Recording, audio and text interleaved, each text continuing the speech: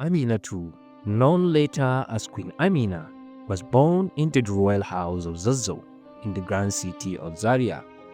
Even as a child, Amina was unlike any other. She possessed a fairy spirit that captivated everyone she met. Her grandfather, King of Nohel, often sat her on his knee during council meetings, amused by how she listened intently and occasionally revealed questions that made the older advisors pause. Her grandmother, Marka, once caught her playing with a dagger she'd found in the royal armory. Instead of rebuking her, Marka smiled knowingly. The sharp glint in Amina's eyes promised great things. As Amina grew, her days were split between learning the refined arts with her mother, Queen Bakwa Turunku, and training with the kingdom's most skilled warriors. She would rise with the sun, practicing swordplay and strategy until her muscles ached, and then join her mother for lessons in diplomacy, languages, and governance. Her brother, Karama, often watched from a distance, proud but knowing that Amina's ambitions far outpaced his own. Their younger sister, Zaria, admired Amina but kept to the gentler parts of life, preferring music and stories. When Queen Baka passed away, Amina was just 16, and the kingdom's grief was deep. But it was during this time that Amina truly stepped into her destined role. Her mother had named her Magajia, a title that made every suitor within 100 miles turn his eyes to her. Kings, emirs, and noblemen brought gifts beyond imagining: fine silks, spices, horses with sleek manes, and even slaves in attempts to woo her. The emir of Kano himself sent caravans bearing 50 bags of white and blue cloth and 100 slaves. But Amina met every proposal with a polite refusal. She didn't want to settle down and get married. Her heart loved the open plains and the thrill of battles. While the palace echoed with songs and stories, Amina's ears were familiarized with the sound of marching soldiers and the whispers of battle plans. When their father, King Nikatau, passed away, Karama ascended to the throne, and Amina took her rightful place as the head of the kingdom's army. For 10 years, Amina led with such skill that her name became both a battle cry and a warning. Towns across the region fell under her might, their leaders sending tributes in hopes of peace. Amina's victories filled the coffers of Zazzau, and her reputation stretched beyond the borders. Soldiers spoke of her swift strategy and how she introduced protective armor that turned the tide of many battles. Word spread that she would lead her army of 20,000 like a dance, weaving between battle lines and striking when least expected. It wasn't just brute force that won her campaigns, it was her mind. Amina would sit late into the night, maps spread before her, eyes fixed on the flickering shadows of candlelight as she plotted the safest path for traders and the most skilled routes for expansion. The lands she won had strong, tall walls to keep her people safe. The villagers called them Ganwar Amina, and even in their simplicity, they spoke of an unwavering promise: Zazzau will stand strong. Despite her victories, whispers of discontent and challenges never ceased. A queen cannot lead like a king, some muttered. But Amina would simply smile, her eyes fierce and unwavering, her spirit unyielding to doubt. Yet, even queens with the might of a lioness know that battles are fought not just with swords, but with trust and loyalty. One night, as the fires in the palace dimmed, a messenger arrived bearing grave news from the north. A coalition of rival tribes, tired of sending tributes, planned to mount an attack. Amina's eyes narrowed and a smirk tugged at her lips.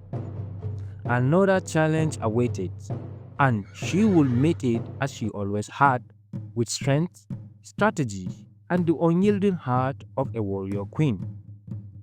Amina's role was marked by not only her tactical brilliance, but the deep loyalty she inspired among her warriors. Each morning, before the sun kissed the hills, she stood with her troops, clad in armor that flashed with bronze and silver. The sight of their queen, strong, determined, and always at the front line, breathed courage into the men and women who fought under her banner. She knew each of them by name and the stories that brought them to the field. For Amina, loyalty was earned, not commanded.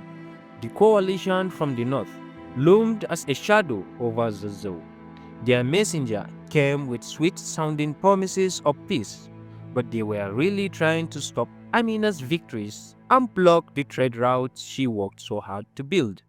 Why should a queen, not even a king, dictate our fate? They whispered. Amina, unmoved by their murmurs, summoned her council. At the table, the kingdom's most trusted advisors exchanged worried glances. One elder, with a voice as sworn as all leather, spoke. We should consider their terms, my queen. It is better to keep peace than invite ruin. Amina's gaze was sharp. Peace? Peace that binds the hearts of our people is not peace. It is surrender, she said. The room fell silent, the weight of her words sinking deep. Preparations for battle began immediately. Scouts raced across the vast savannas, reporting back with details of the enemy's strength.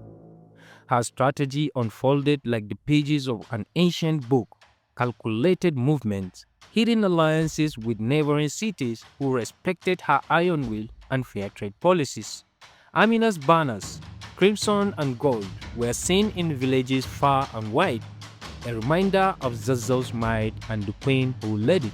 Before the decisive battle, Amina sat under the wide branches of a mango tree.